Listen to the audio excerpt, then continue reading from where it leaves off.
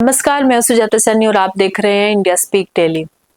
बांग्लादेश किस प्रकार से गद्दारी की पराकाष्ठा पर पहुंच गया है, इसकी खबर हम आपको बताने वाले हैं।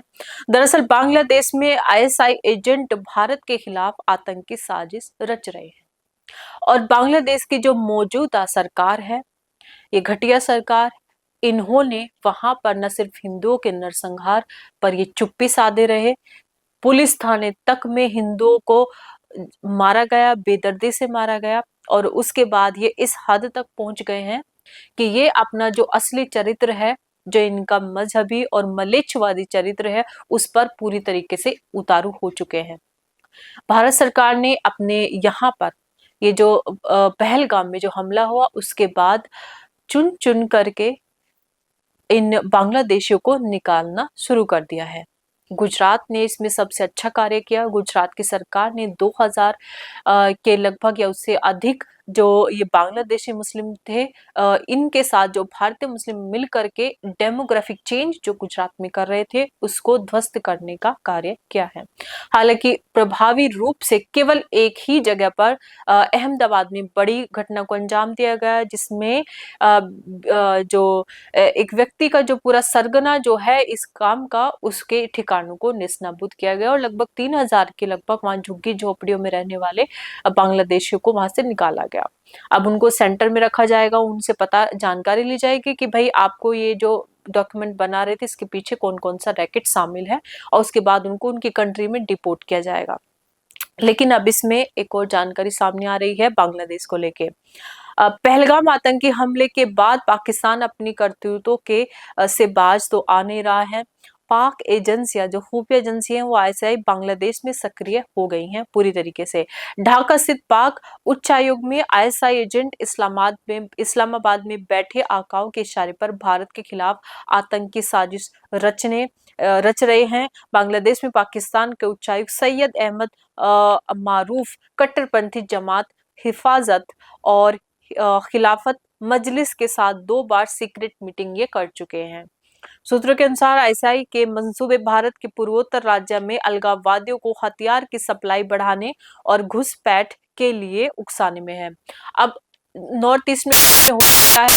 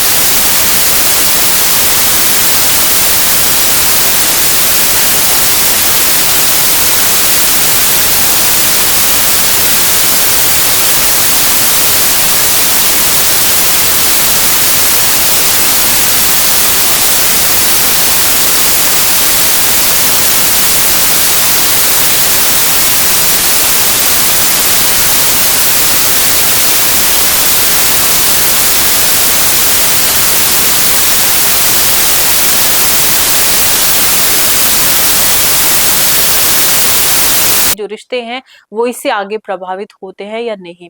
यदि अमेरिका भारत की जो मांग है उसको नहीं मानता है, पाकिस्तान पर दबाव नहीं बनाता है कि वो उनके दिए गए हथियारों का इस्तेमाल भारत के खिलाफ ना करे, जो कि आतंकवाद से लड़ने के लिए उन्हें हथियार दिए गए थे।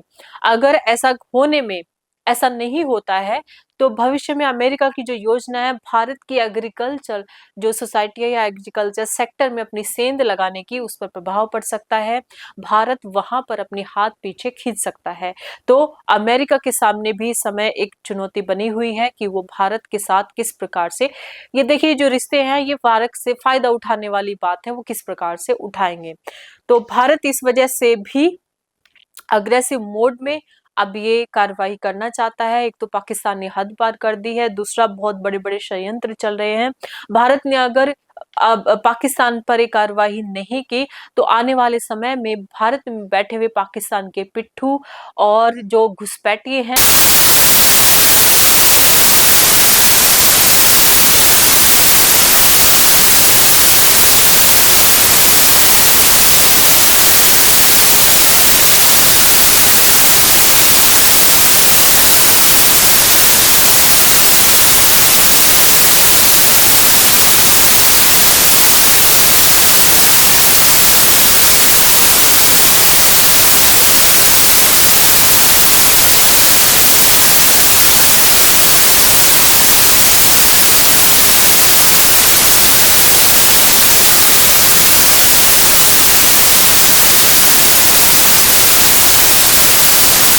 पाकिस्तानी पिट्ठू भारत में बैठे हुए हैं और जो इलीगल माइग्रेंट यहाँ पड़े हुए हैं, और ये सारे के सारे एक तरीके से आतंकवादी, इन पर कार्रवाई करना और इनके आकाओं पर कार्रवाई करना भारत के लिए बेहद जरूरी हो गया है।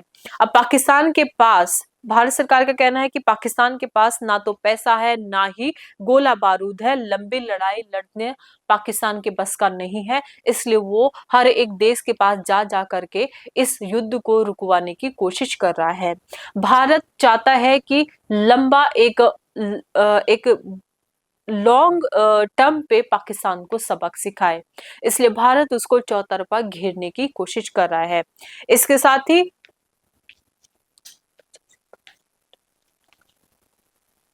इसके साथ ही एक और खबर आ रही है जो पाकिस्तान से आ रही है। पाकिस्तान के अंदर, पाकिस्तान की जो एफएम है वहां पर भारतीय गाने बजने बंद हो गए हैं। उनके जो रेडियो है वहां पर भारत के जो पुराने जो गाने हैं, गोल्डन एरा के गाने, लता मंगेशकर, आशा भोसले, किशोर कुमार, मोहम्मद रफी के जो सुप्रसिद्ध गाने हैं वो काफी बजते रहे हैं। अब उनका प्रसारण उन्होंने वहां पर बंद कर दिया है। धीरे धीरे भारतीय फिल्में और भारत का जो एंटरटेनमेंट है उन सब का प्रसारण वो वहां पर बंद कर रहे हैं। और पाकिस्तान इतनी दहशत में है कि कराची और लाहौर का जो एयर स्पेस है उनका वो 4 घंटे तक वो बंद रहता है। दिन में रोज 4 घंटे तक ये बंद रहता है। और इस पर अब आपको भारत के सुप्रीम कोर्ट का बताते हैं। सुप्रीम कोर्ट ने कहा है कि इस समय पूरा देश आतंकवाद के खिलाफ एकजुट है। जस्टिस सूर्यकांत और जस्टिस एन कोटेश्वर सिंह की बेंच ने पहलगाम आतंकी हमले की न्यायिक जांच वाली याचिका को खारिज करने के आदेश दिए हैं। और बेंच ने याचिका को कहा कि क्या आप सुरक्षा बलों का मनोबल तोड़ना चाहते हैं।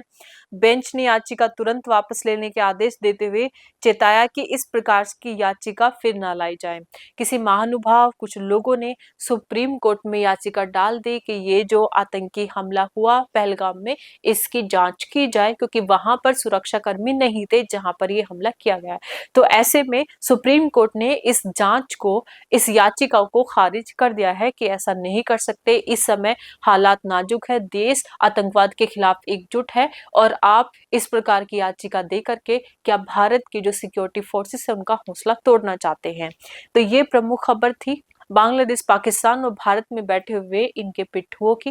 ये किस प्रकार से भारत को एक हिंदू बहुल राष्ट्र से खत्म करके एक अब्राहमिक राष्ट्र बनाने की पूरी कोशिश में है और उसमें कामयाब भी होते जा रहे हैं। आप सभी अपना और अपने परिवार का ध्यान रखिए। पॉलिटिकल पार्टीज के जो बड़े बड़े दावे हैं और इनके द्वारा झूठ और फरेब और जो बयान दिए जाते हैं हिंदुओं को लुभाने के लिए, उनके झांसे में आकर के आप कोई भी ऐसा निर्णय ना ले, अपने और अपने परिवार की सुरक्षा खुद सुनिश्चित करें। आज की इस रिपोर्ट में इतना ही। धन्यवाद। कर दो बंद, बस तो हो गई।